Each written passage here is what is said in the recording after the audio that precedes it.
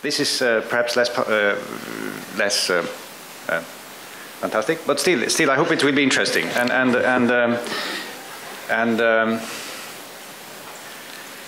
Somebody used the term in pluribus unum yesterday. I think we might for EU annual conferences like these, and I'm at my 5th now. I think we might use the term gens una sumus. We are a big family. This is the term of the World Chess Federation.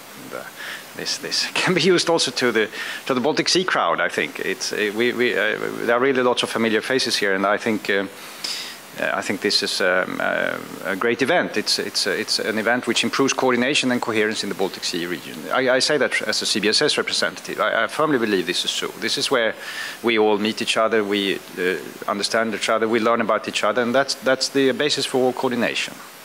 So this is an event which exceeds the importance of the EU Baltic Sea strategy. I think there should be more non-EU member participants here. There are a number. I'm looking at one right now, and that is very good. And that is very good that they are indeed welcome. So now I will shortly take you through my PowerPoints, and then I will add a few reflections on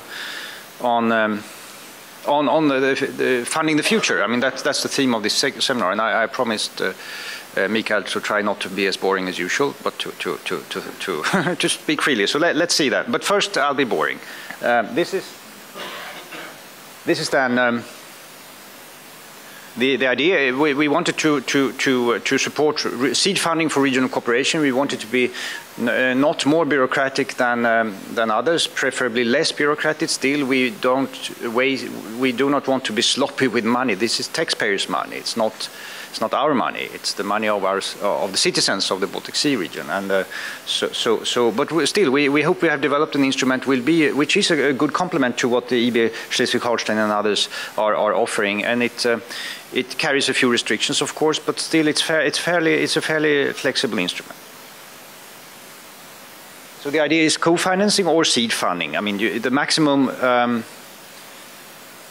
We have 1 million euros, but the maximum amount, and I will come to that, is 50,000 euros. These are the priorities within which you may apply for funding, and they are wide-ranging, for sure. These are five long-term priorities. Actually, I think most things which we cooperate regionally on can be fit into these priorities with some creativity. So it's not a major restriction, I would argue, in terms of applying for funding.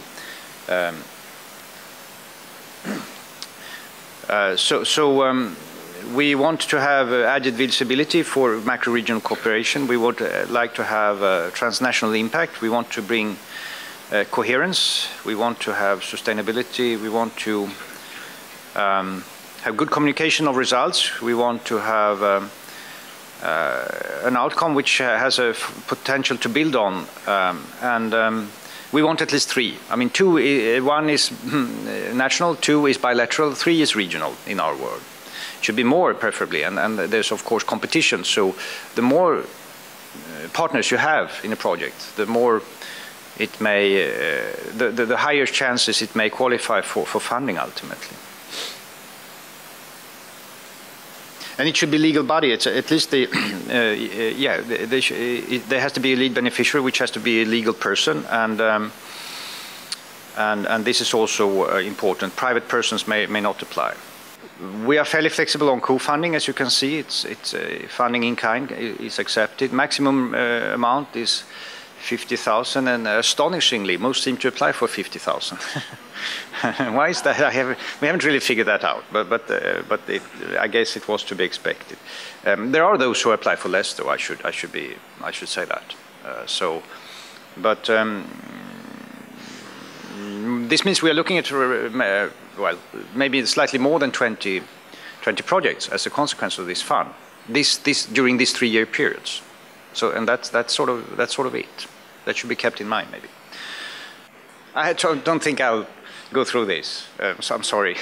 But you will find it on the homepage. And it's a fair process. I can say that the next call will probably be during the first quarter of 2014. We haven't formally decided that yet. But so far we've funded projects to the amount of 200,000 euros roughly. We are about to make decisions on perhaps another 200,000, which means that by mid-2014 we will probably have disbursed more or less half of the fund, which is true to, this is roughly how it should be. We are on track, to put it that way. This is a 3-year fund, and it was launched in connection with the ministerial in Kaliningrad last summer. So this is how it looks right now. This means there is certainly a possibility of applying and getting funding. It's not easy. It's never easy. We have 16. Well, we have less than 20 applications in pipeline right now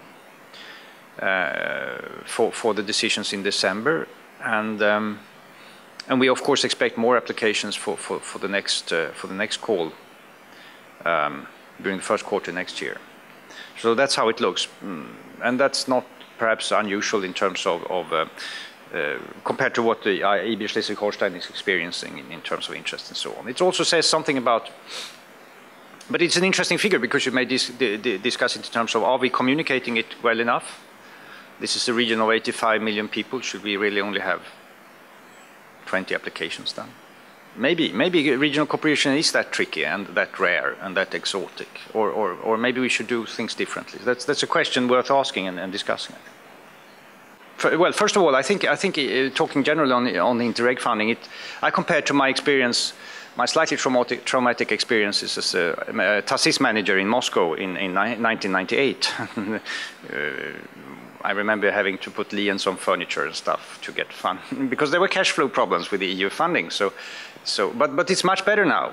I must say there's been lessons learned by the funding authorities, and I think what I see when we do EU projects generally is that it's a known process. There can still be delays, and it's lots of paper and so on, but it works somehow, and we all know how to do it. So there's been learning on both sides, and that's a fairly positive thing. I think we should be honest about that. Still, I would like to take this chance, and I would like to say, at this point, when the money is gone and there is not yet new money, if we're talking Interreg and that kind of regional funding from the EU, I think we should try to stop the myopia which this is increasing. The fact that we have all learned to live with EU funding doesn't mean that there is no money nowhere else. I'm stating the obvious, perhaps, but we should really try to be more creative as to finding financing solutions, and this I think this period is perfect for that, because there's simply we simply have to.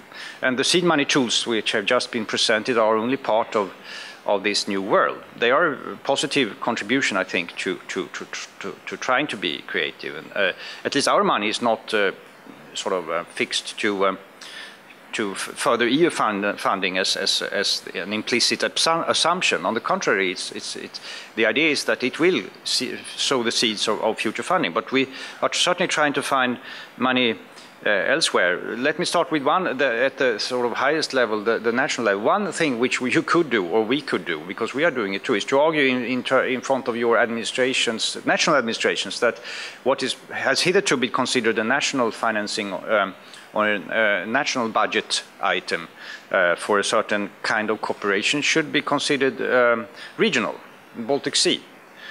Actually, the Swedish government should be commended for trying that very approach. I mean, the Prime Minister's office, the Swedish government, tells its state agencies that they may consider national funding for regional cooperation. This is, of course, up to the national authority. The government cannot actually force the national authorities to do that, but they can convince the national authorities to do that. And sometimes I believe it may happen. If we're discussing interoperability, for instance, which is very frequent in the civil security field, then we would certainly you can save money as a national authority by applying interoperability long term, and maybe we can share resources in the region. I mean, that's an obvious conclusion in civil security. Then there is alternative funding sources in cooperation with foundations and trusts, for instance. We are talking to foundations more and more. I recently employed a senior advisor who's a foundation expert, and we had a meeting at Bosch Stiftung in Berlin last Friday, for instance, talking about possible cooperation in the future. They immediately liked what we are doing with the Swedish Institute already in terms of Baltic Lab, and they say that maybe we can do things together in the future. So talk to foundations. Every foundation has its restrictions, of course, but I think one may work more in that direction. And then finally, it's it's the internet, and I think we are far away from using the opportunity the internet works. For crowdfunding, I mean, crowdfunding should be addressed, and we should try crowdfunding. And that can be done through internet fairly neatly. There are plenty of tools out there. One which I like is called Brickstart. It's a Finnish-funded idea for crowdfunding, and we will, I think, try to use that kind of ideas. Look at what the World Wildlife Fund does in Sweden, for instance. I have granted the right for them to take 100 Swedish crowns from my bank account every month, and it's used for improving environment in the Baltic Sea region. And I trust them.